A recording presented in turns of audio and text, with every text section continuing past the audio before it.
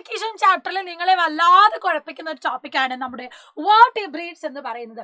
Vertebrates എന്ന് പറയുമ്പോൾ നമ്മൾ പറയുന്നത് നട്ടലുള്ള ജീവികളെയാണ്. അതായത് ഫൈലം കോർഡേറ്റയിൽ തന്നെ നോട്ടോകോഡും നട്ടലുള്ളവരെയാണ് നമ്മൾ ഫൈലം കോർഡേറ്റയിൽ ഉൾപ്പെടുത്തിയിരിക്കുന്നത്.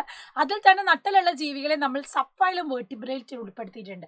ഈ സബ് ഫൈലം വേർട്ടിബ്രേറ്റിൽ വരുന്നവരെ നമ്മൾ വീണ്ടും സൂപ്പർ ക്ലാസ്സായി തിരിച്ചിരിക്കുന്നു. സൂപ്പർ ക്ലാസ് പിസസും സൂപ്പർ ക്ലാസ് ടെട്രാപോഡയും.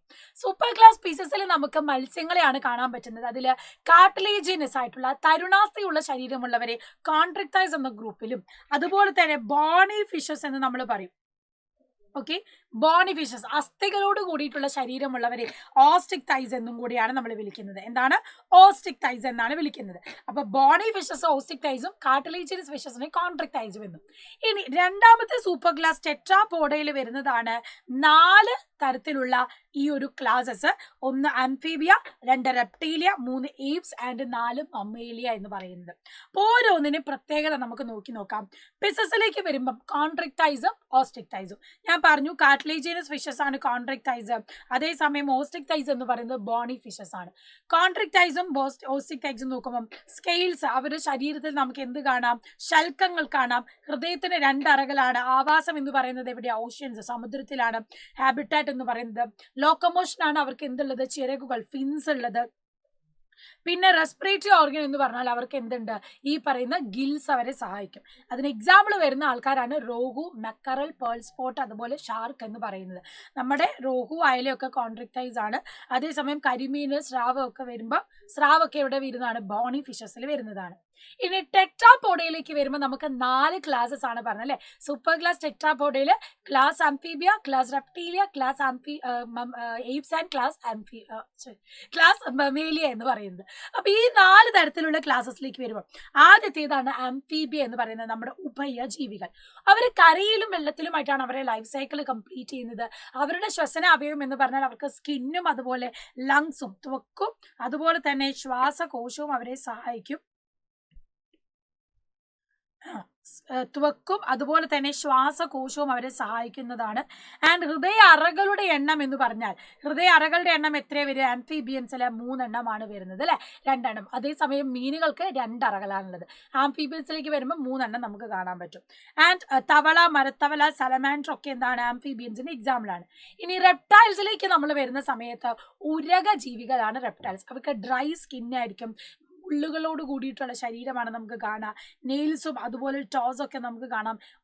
ഈ പറയുന്ന ശൽക്കങ്ങൾ, വിരലുകൾ, നഖങ്ങളൊക്കെ കാണാൻ പറ്റും. ശ്വസന അവയവം എന്ന് പറഞ്ഞാൽ അവർക്ക് ലങ്സ് തന്നെയാണ്. ഹൃദയയുടെ അടകളുടെ എണ്ണം എന്ന് പറയുന്നത് ഏതാണ്? 3 ആണ്. പക്ഷേ ചീങ്കണ്ണിയിലും അതുപോലെ തന്നെ മുതലയിലും എന്താണ്? 4 എണ്ണമാണ്. അത് എക്സെപ്ഷണൽ കേസാണ്. സെക്ഷൽ റീപ്രൊഡക്ഷൻ ആണ് അവർ നടത്തുന്നത്. ഇന്റേണൽ ഫെർട്ടിലൈസേഷൻ ആണ്. പിന്നെ വരുന്നതാണ് നമ്മുടെ പക്ഷികൾ അടങ്ങിയ ഏപ്സ് എന്ന് പറയുന്നത്. ഏപ്സിലേക്ക് വരുമ്പോൾ ബോഡി എന്ന് പറയുന്നത് ഫെദേഴ്സ് അല്ലെ, ചിറകുകൾ ഉണ്ട് അവർക്ക്. കൂടാതെ അവർ തൂവലുകൾ കൊണ്ട് കവർ ചെയ്ത ബോഡി ആയിരിക്കും. അവർക്കും ക്ലോസ് ഡിജിറ്റ്സ് ഒക്കെ ഉണ്ട് അല്ലെ, കയ്യിൽ നഖങ്ങളോട് കൂടിയിട്ടുള്ള കാലുകൾ നമുക്ക് കാണാൻ പറ്റും. റെസ്പിറേറ്ററി ഓർഗൻസ് എന്ന് പറയുന്ന ലങ്സ്, ശ്വാസകോശം തന്നെയാണ്. ഹാർട്ടിലെ ചാമ്പേഴ്സ് എന്ന് പറയുന്നത് 4 അറകളാണ്. റീപ്രൊഡക്റ്റീവ് മെത്തേഡ് സെക്ഷൽ റീപ്രൊഡക്റ്റീവ് മെത്തേഡാണ്. പിന്നെ നമ്മൾ പറയുന്നത് നമ്മൾ അടങ്ങിയ മാമൽസ് ആണ്, സസ്തനികൾ. സസ്തനികൾ എന്ന് പറഞ്ഞാൽ എന്താണ് ഇവിടെ പ്രത്യേകത? നമ്മുടെ ശരീരം രോമങ്ങളാൽ പൊതിഞ്ഞ അല്ലെ, ഹെയർ അല്ലെങ്കിൽ ഫറോട് കൂടിയിട്ടുള്ള ശരീരമാണ്. നമുക്ക് വിരലുകൾക്ക് നഖങ്ങളുണ്ട്. പാലൂട്ടുന്നവരാണ് മമ്മേലിയയിൽ വരുന്നത്. ശ്വസന അവയവം എന്ന് പറഞ്ഞാൽ ലങ്സ്, ശ്വാസകോശമാണ്. ഹൃദയ അറകളുടെ എണ്ണം 4 ആണ്. പ്രജനന രീതി സെക്ഷൽ റീപ്രൊഡക്ഷൻ തന്നെയാണ് വരുന്നത്. അതിൽ ഇന്റേണൽ ഫെർട്ടിലൈസേഷൻ നടക്കും. അതിലാണ് നമ്മുടെ കാറ്റ്, കൗവ്, ടൈഗർ ഇതൊക്കെ വരുന്നത്. അപ്പോൾ ഓരോ നിങ്ങൾ ക്ലാസ് പഠിക്കുമ്പോഴും അതിന്റെ എക്സാമ്പിൾ പഠിച്ചു വെക്കണം. ആൻഡ് ഫൈനലി നമുക്കൊരു ചോദ്യം ഇതാ: find out the number of heart chambers of crocodile and alligator. മുതലയുടെയും ചീങ്കണ്ണിയുടെയും ഹൃദയ അറകളുടെ എണ്ണം എത്രയാണ് എന്നുള്ളത് നിങ്ങൾ കമന്റ് ബോക്സിൽ കമന്റ് ചെയ്യാൻ. ഞാൻ ഓൾറെഡി പറഞ്ഞിരുന്നു, ഇവര് റെപ്റ്റൈൽസിൽ വരുന്നതാണെങ്കിൽ കൂടെ ഇവർക്കൊരു പ്രത്യേകതയുണ്ട്. എന്താണ്? നമ്മൾ പറഞ്ഞത് തന്നെയാണ്.